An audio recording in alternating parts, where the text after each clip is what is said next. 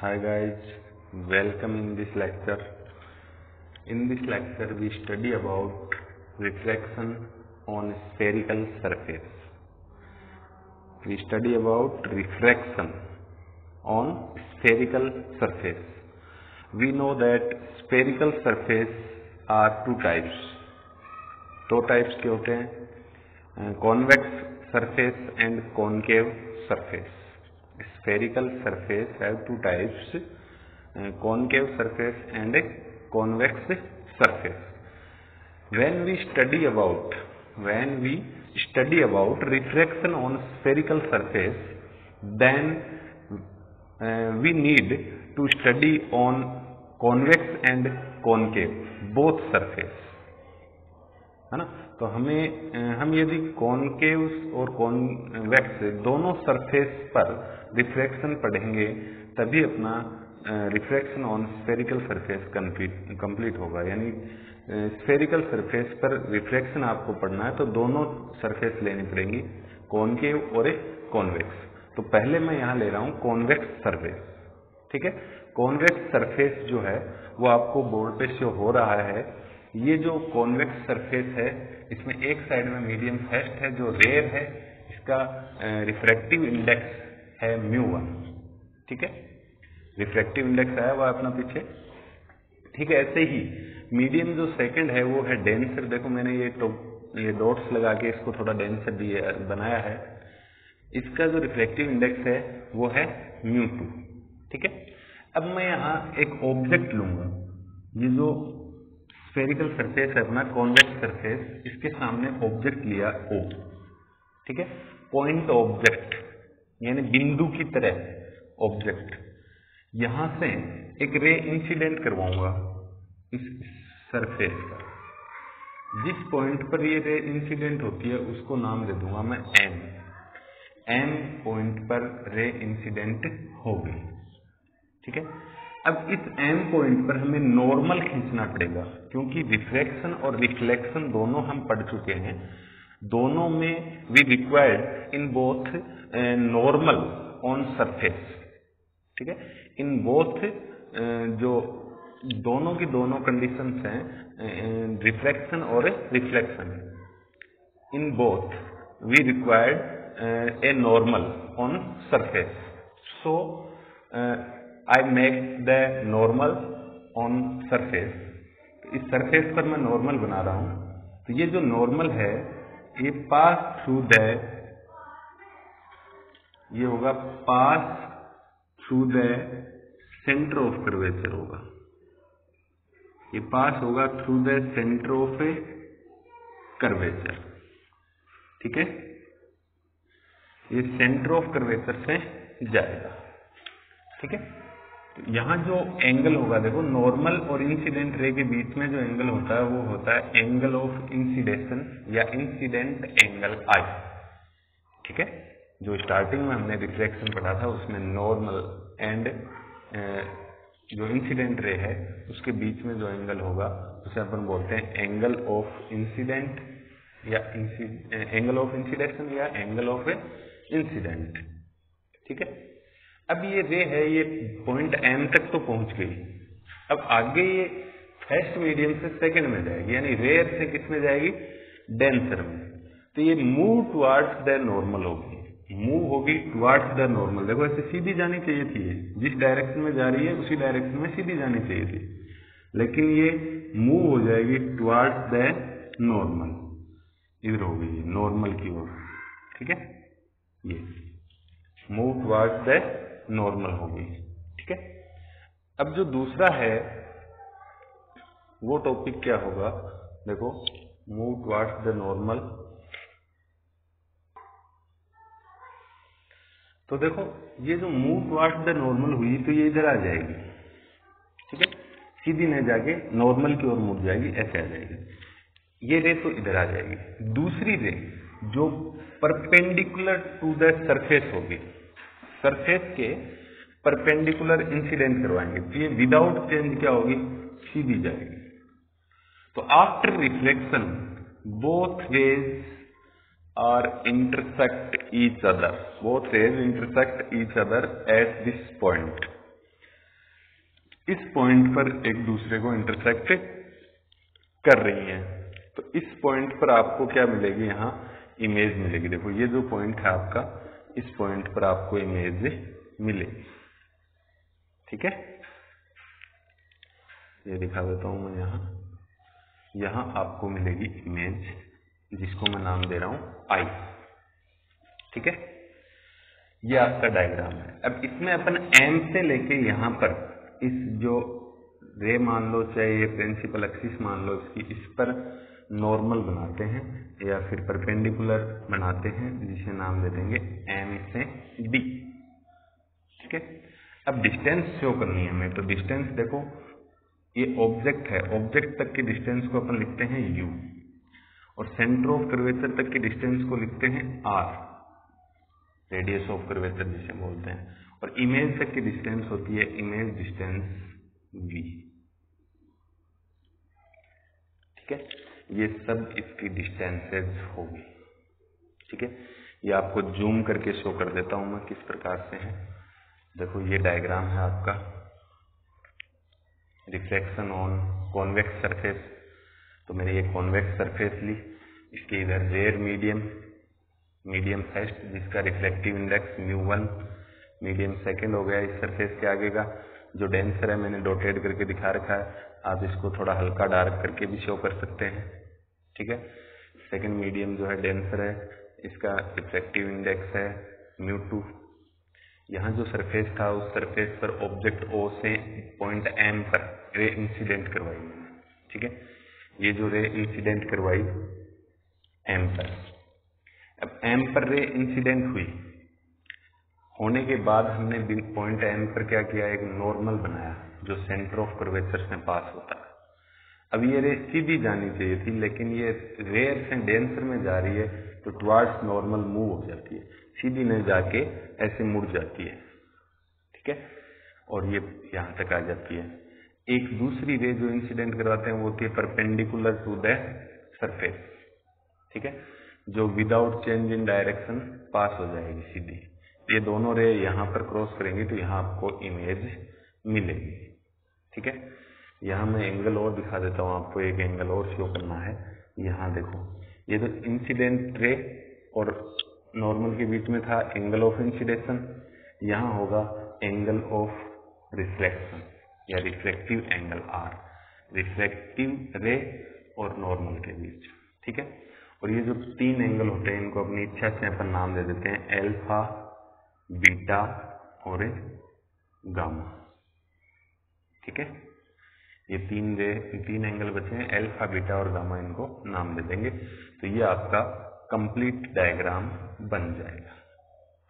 या आप स्क्रीनशॉट लेकर ये डायग्राम आप बना सकते हो। ठीक है, इसके नीचे अपन लिखेंगे थ्योरी। तो चलो मैं आपको बताता हूँ वो थ्योरी किस प्रकार से हम लिखेंगे।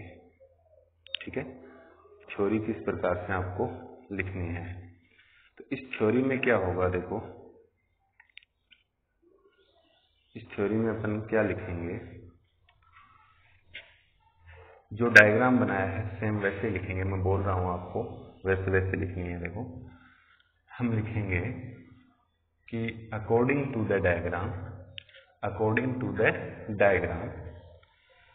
The ray is incident on point M from a point object। ठीक है, according to the diagram a ray is incident on point M from point object O। point object यानी बिंदुवत बिंब है, अपने पास बिंदु की भांति बिंब है, उससे ऑब्जेक्ट रे इंसिडेंट करवा रहे हैं अपन। ठीक है, तो वो जो रे है उसके लिए अपन क्या लिखेंगे, according to the diagram the ray incident on point M from point object O after reflection move towards the normal, after reflection move towards the normal and another ray that incident perpendicular to the surface, another ray that incident perpendicular to the surface after reflection pass without change in direction. After reflection pass without change in direction. ठीक है, without change in direction ये पास हो जाएगी. ठीक है. After reflection both rays are intersect at a point. After reflection both rays intersect at a point at where image is formed. At where image is formed. ये आपकी theory होगी. ठीक है. अब अपन डेरिवेशन स्टार्ट करते हैं. तो डेरिवेशन में आपको क्या करना पड़ेगा. देखो ये MCO, ये जो ट्रायंगल से हो रहा है MCO, इस ट्रायंगल का एक्सटर्नल एंगल I लेना पड़ेगा. ठीक है. तो मैं यहां डेरिवेशन स्टार्ट कर रहा हूं. तो external angle of triangle MCO.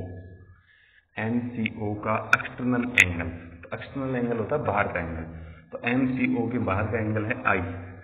तो I इज इक्वल्स टू, देखो एक्सटर्नल एंगल की वैल्यू होती है दो इंटरनल एंगल्स के सम के इक्वल होती है. दो इंटरनल एंगल्स के सम के इक्वल होगी. तो अपन इंटरनल एंगल इसके क्या है, अल्फा और बीटा. तो इसको मैं कर दूंगा अल्फा प्लस बीटा. इन दोनों के सम के इक्वल हो गया एक्सटर्नल एंगल. फिर अपन सेकंड एक्सटर्नल एंगल R. देखो हमें चाहिए I और R की वैल्यू. तो I तो था इस ट्रायंगल का एक्सटर्नल एंगल. R है ये जो दूसरा ट्रायंगल है MCI, इस ट्रायंगल का इंटरनल एंगल है. तो इंटरनल को भी अपन इसी तरीके से करेंगे. फिर पक्षांतरण करके इसका मतलब साइड चेंज करके अपन वैल्यू निकालेंगे. तो देखो इसी प्रकार से अपन क्या करेंगे, external angle of triangle MCI. MCI triangle है, इसका एक्सटर्नल एंगल क्या होगा. देखो MCI ये वाला ट्रायंगल है, इसका एक्सटर्नल एंगल है बीटा. तो beta is equals to R plus gamma. Internal angle हो गए R और गामा दोनों का सम हो गया. ठीक है. हमें चाहिए R. तो R इज इक्वल्स टू निकालेंगे तो ये गामा इधर माइनस में आ जाएगा. तो बीटा माइनस गामा. ठीक है. ये हो जाएगा I और R की वैल्यूज. ठीक है. I और R की वैल्यू आ गई अपने पास. I incident angle, R reflection angle. अब ये दोनों आगे हम पढ़ रहे हैं रिफ्लेक्शन. तो रिफ्लेक्शन का जो रूल है जिसे अपन स्नेल्स लॉ भी बोलते हैं वो अप्लाई करेंगे अपन. ठीक है. तो according to Snell's law, Snell's law से क्या होगा, sine I upon sine R is equals to μ/1. ये पढ़ के हैं अपन. ठीक है. लॉ ऑफ रिफ्लेक्शन या रूल्स ऑफ रिफ्लेक्शन में ये पढ़ के हैं.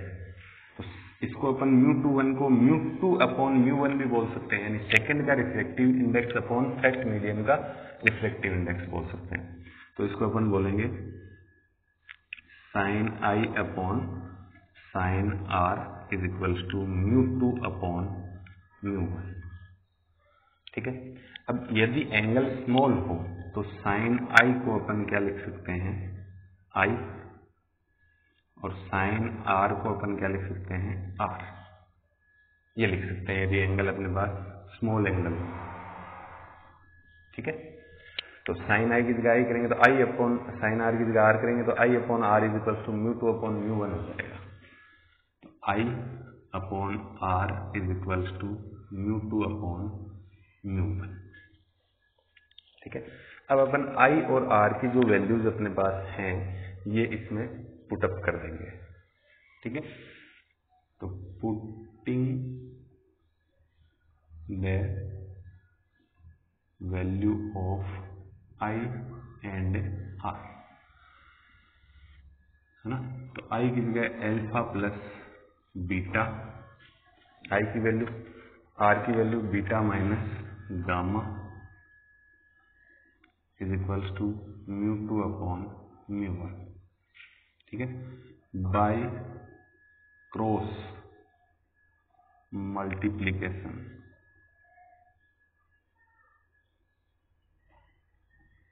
इसका क्रॉस मल्टीप्लीकेशन करेंगे, इसका क्रॉस मल्टीप्लीकेशन करेंगे तो देखो क्या आएगा, μ1 into alpha plus beta is equals to μ2 into beta minus gamma, ठीक है, ये आ जाएगा, क्रॉस मल्टीप्लाई कर देंगे तो इसको अपन दे देंगे इक्वेशन नंबर फर्स्ट, ये अपनी फर्स्ट इक्वेशन आ जाएगी। इसमें हम अल्फा बीटा और गामा की वैल्यू निकालेंगे। देखो इससे ट्राइंगल लेंगे, ट्राइंगल लेके निकालेंगे और वो ट्राइंगल होना चाहिए जिसमें एंगल 90 डिग्री हो, ठीक है, 90 डिग्री एंगल का ट्राइंगल लेना है। तो अल्फा देखो, अल्फा कौन से 90 डिग्री एंगल के ट्राइंगल में है, MDO में, MDO में है, ठीक है, MDO में। तो इन ट्राइंगल MDO में क्या होगा, tan अल्फा को आप क्या लिख सकते हो, अल्फा, जैसे sine i is equals to I लिखते हैं वैसे tan को भी लिख सकते हैं, तो tan alpha is equals to alpha होगा। अब tan अल्फा निकालेंगे तो क्या आएगी, हाइट अपॉन बेस आएगी, ठीक है, हाइट कितनी है इसकी, MD और बेस है DO बोल दो या OD बोल दो, हाइट अपॉन बेस, तो MD अपॉन DO, ये तो अल्फा की वैल्यू हो गई। ऐसे ही बीटा की निकालेंगे तो बीटा कौन से ट्राइंगल में, देखो 90 डिग्री एंगल का होना चाहिए, तो MDC में है बीटा, जिसमें 90 डिग्री एंगल भी है और बीटा भी। तो इन ट्राइंगल MDC क्या होगा, tan बीटा को आप बीटा बोल सकते हो और इसकी वैल्यू होगी हाइट MD और बेस DC, तो MD अपॉन DC। ऐसे ही इन ट्राइंगल MDI, देखो गामा के लिए, गामा में MDI लेंगे, ये परपेंडिकुलर आना चाहिए, तो MDI में क्या होगा, गामा आ जाएगा, तो tan gamma is equals to gamma, इसकी वैल्यू कितनी होगी, MD हाइट है और बेस है D से I, तो MD अपॉन DI। तो अल्फा बीटा और गामा तीनों की वैल्यू आ गई, तो इस फर्स्ट इक्वेशन में पुट कर देंगे, रख देंगे अपन, तो put the value of alpha beta and gamma in equation first,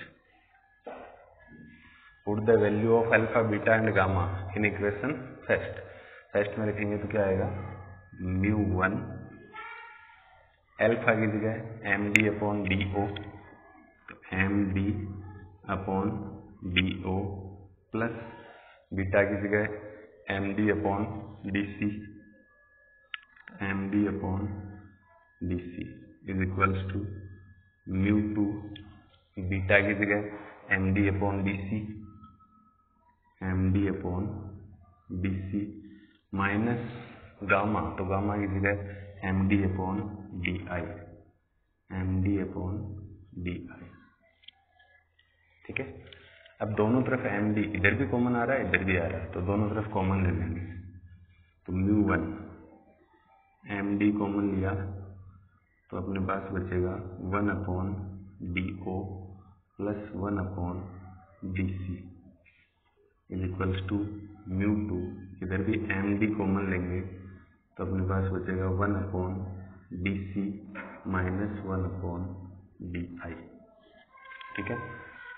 MD दोनों तरफ कॉमन ले लिया, इस MD को आपस में काट देंगे, ये दोनों तरफ कॉमन है तो कैंसिल हो जाएगा, ठीक है। एम डी से एम डी कैंसिल हो जाएगा, तो अपने पास क्या बचेगा, μ1 1/do plus 1/dc is equals to μ2 1/dc minus 1/di। ठीक है, ये बचा। अब मेरे पास बोर्ड पर स्पेस नहीं है, इसलिए मैं एक बार इसको इतने को रिपीट कर देता हूँ। इसके आगे हमें क्या करना है वो मैं पहले बता देता हूँ आपको। DO, DC और DI ये तीन वैल्यू साइन कन्वेंशन से यूज करके इसमें रखनी है। साइन कन्वेंशन यूज करेंगे और ये तीनों वैल्यूज निकाल के इसमें रखेंगे, और उसके बाद R की वैल्यू अलग कर देंगे और UV की एक तरफ कर देंगे। ठीक है, तो इसको मैं समझा देता हूँ आपको कैसे होगा। आपने हेडिंग लगाई रिफ्रैक्शन ऑन स्फेरिकल सरफेस, और उसमें A नंबर हेडिंग होगी refraction on convex surface. Convex surface का डायग्राम बना लेंगे। ठीक है, जो मैंने पीछे आपको जूम करके दिखाया उसका आप स्क्रीनशॉट ले सकते हैं, और ये बनाकर इसकी थ्योरी लिखेंगे। तो वो थ्योरी कैसे आएगी मैंने पहले भी बताई है, फिर मैं रिपीट कर रहा हूँ।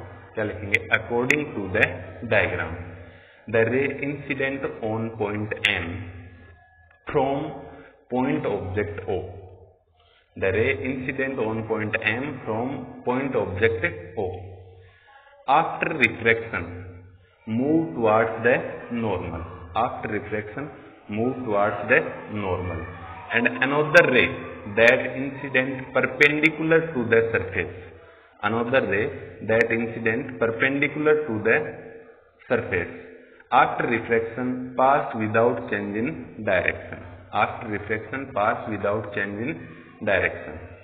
After refraction, both rays intersect at a point at where image is formed. After refraction, both rays intersect at a point at where image is formed. ये इसकी थ्योरी है।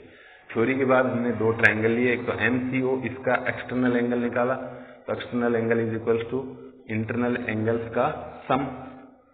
ऐसे ही MCI जो ट्रायंगल था उस ट्रायंगल का भी एक्सटर्नल एंगल निकाला बीटा, उसमें से हमने निकाल लिया R।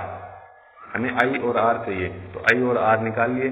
और स्नेल्स लॉ, स्नेल का जो लॉ है, जो जिसे अपन लॉ ऑफ रिफ्लेक्शन भी बोलते हैं, उसमें अपन स्नेल्स लॉ में ये देखें तो sin I upon sin R is equals to μ2 होता है। तो μ2 को अपन μ2 अपॉन μ1 लिख सकते हैं, sin I को I लिख सकते हैं, sin R को R लिख सकते हैं। तो I upon R is equals to μ2 upon μ1 हो गया। इसमें I और R की वैल्यू जो अपने पास यहाँ थी, ये वैल्यू रख दी I और R की, और क्रॉस मल्टीप्लाई कर दिया। क्रॉस मल्टीप्लाई करके इक्वेशन फर्स्ट दे दी इसको। ठीक है, अब इसमें अल्फा, बीटा और गामा की वैल्यू निकाली इससे।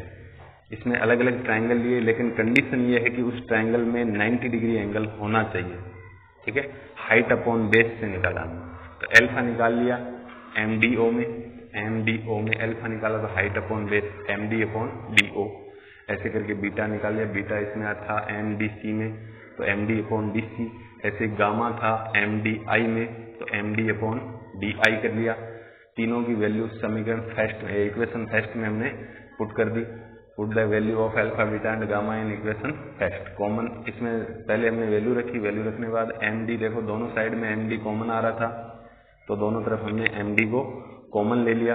कॉमन लेने के बाद MD से MD कैंसिल कर दिया, जो बची हुई वैल्यू हमने रख दी। ठीक है, अब मैं इसको इस इक्वेशन से आगे समझाता हूँ। मैं मिटाऊंगा इसको, इससे पहले आप स्क्रीनशॉट ले लें ताकि आपको नोट्स बनाने में कोई दिक्कत नहीं हो। ठीक है, नोट्स में ध्यान रखना, इस डायग्राम के नीचे थ्योरी आएगी, उसके बाद डेरिवेशन स्टार्ट होगा। तो देखो यहां तक तो ये इक्वेशन थी अपनी। इसके आगे देखो मैं कहता हूं साइन कन्वेंशन यूज करता हूं। तो यूजिंग साइन कन्वेंशन, आपको एक तो D से O तक की डिस्टेंस चाहिए, एक D से C तक की चाहिए, और एक D से I तक की। तीन डिस्टेंस चाहिए इसमें। देखो तीन है, DO, DC, फिर DC आ गया, और एक है DI। तीन डिस्टेंस है। DO देखो D से O तक U है, ये पीछे की ओर है तो इसको माइनस का लिखेंगे, तो माइनस का U। फिर डी से सी है आर, आगे की ओर है तो प्लस का, फिर डी से आई वी है तो प्लस का, ये भी आगे की ओर है। ये तीनों की तीनों वैल्यू इसमें रखेंगे तो सो क्या बन जाएगा है, सो इस इक्वेशन को रखें तो देखो mu one upon D O की जगह माइनस का U plus 1 upon D C है तो 1 अपॉन डी सी की जगह R is equals to mu two 1 upon D C है तो R minus 1 upon D I है उसमें तो डी आई की जगह वी 1 अपॉन वी। अब इसके ब्रैकेट हटाएंगे तो माइनस का mu 1 upon U plus mu 1 upon R is equals to mu 2 upon R minus mu 2 upon V. ठीक है, ये इक्वेशन आ गई। इसमें आर की वैल्यू जो है उनको तो आरएचएस में ले लेंगे, बाकी की सब वैल्यू इधर ले लेंगे। तो इस वी वाली वैल्यू इधर माइनस की है, इसको एलएचएस में लाएंगे तो प्लस की होगी तो म्यू 2 अपॉन वी।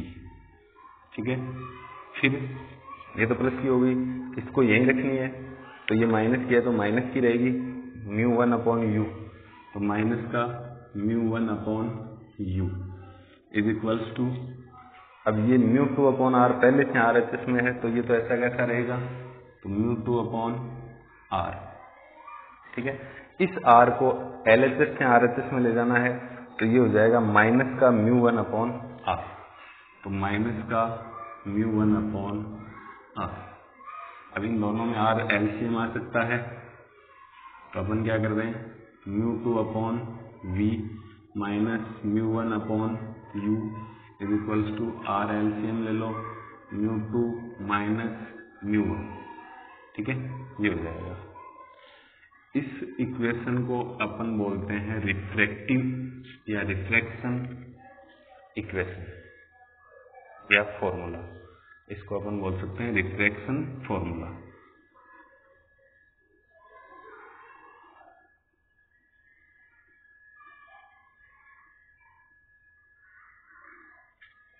ठीक है, ये है आपका रिफ्रैक्शन फॉर्मूला। ठीक है, ये जो इक्वेशन थी यहाँ तक का मैंने समझा दिया था। इसके बाद साइन कन्वेंशन से डी ओ डी सी और डी आई की वैल्यू हमने निकाल ली और इस इक्वेशन में रख दी, इस इक्वेशन में रखी और ब्रैकेट हटा दिए। ब्रैकेट हटाने के बाद आर की वैल्यू एक साइड में ले ली, यू वी की एक साइड में रख ली।